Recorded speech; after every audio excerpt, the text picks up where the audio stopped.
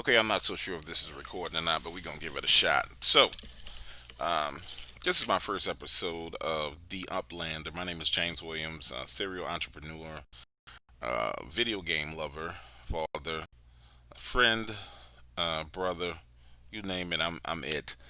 I've recently found this game Upland. I thought it was extremely interesting. The main reason why I thought it was interesting is because it's the first time where, or maybe one of several games that you can play that involve cryptocurrency and taking ownership and title to virtual property. Um, and the first video I want to do for you guys is what not to do when you start the game. So this is what the hell you shouldn't do when you start playing the game Upland. Don't make the mistake I did. First thing you want to do is you want to come here. You want to go to your collections, right? And you want to take a look at what collections are there, and you want to start buying collections. Don't get excited like I did and just randomly buy useless stuff. As you can see, I finished the Newbie, San Franciscan, Sunset, King of the Street, City Pro. Mission District is a little bit harder. Mission Street is extremely hard because they've bought all the property on Mission Street. Pacific Heights, Russian Hill. These are the ones that I have to do. So this week I'll be working on the Mission District collection. Mission Street is going to be a doozy because it looks like everybody got in early and started buying those. But you want to start on your collections. Don't do what I did. Like, for example, the first thing I did was, and I'll come here and I'll show you the hugest mistake I've made. Now, these properties over here, see these blue dots? These are the properties that you have around the city, and it's the number you have in a certain location, right?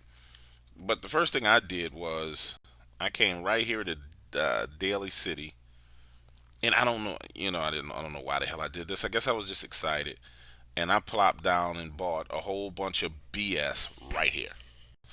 Um, and then more importantly, I bought it from other gamers. So as a poke, and I didn't know, and you won't know. So I purchased this land from people who had already bought it. So effectively, I helped someone flip their land.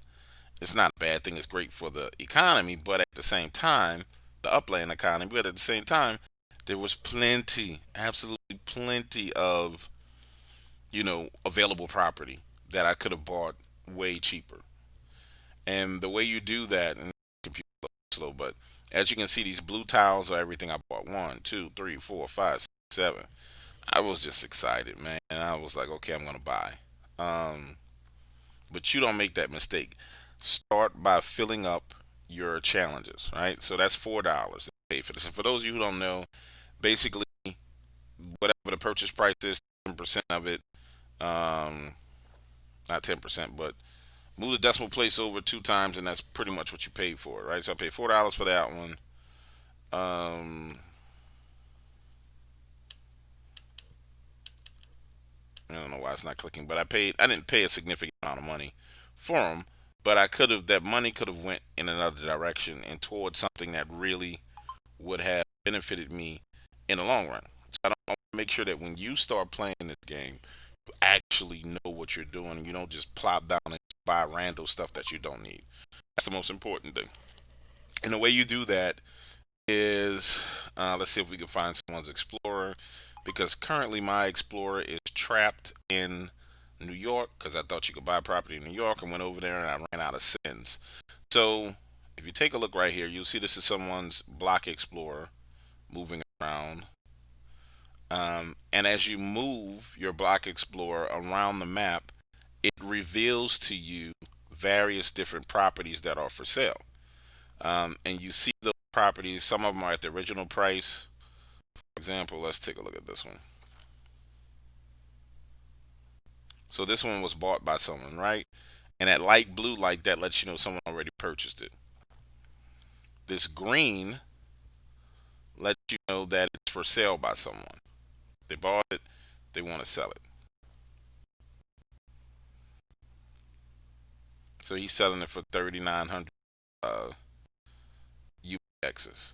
And then as your Block Explorer moves, you'll notice that some of these tiles, which are actually the property locations, turn like a light neon green. Didn't know that when I first started, and you should know that.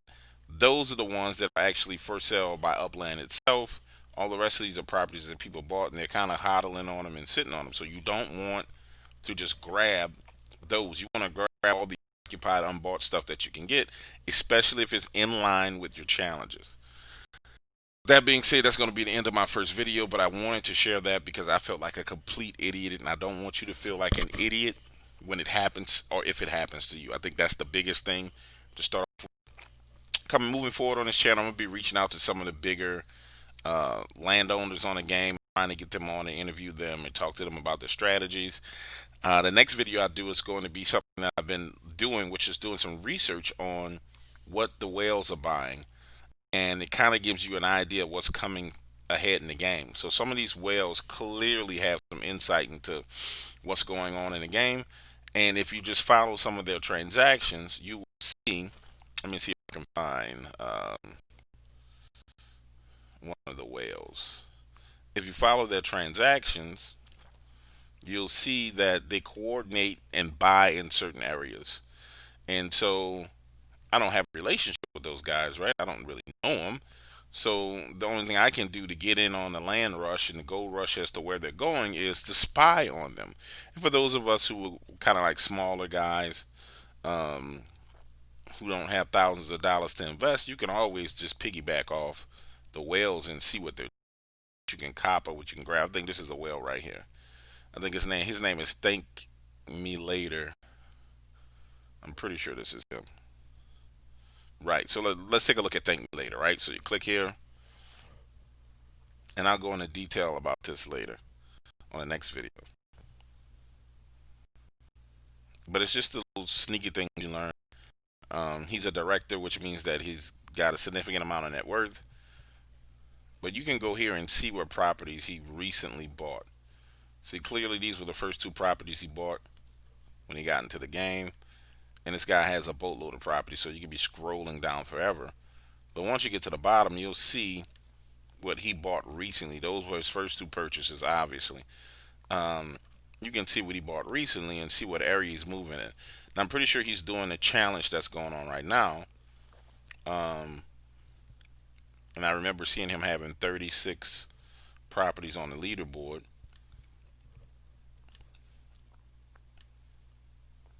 I mean, wow, this dude is like balling. Like, dude, you're a baller. Look at this. This is crazy. But essentially, if you go to the very bottom of this, because it's clearly he's got way more property than this thing would even want to get to the bottom of. If you go to the bottom of this, you'll see what he's been buying. And as you play the game and move around, you'll notice certain people have a boatload of property.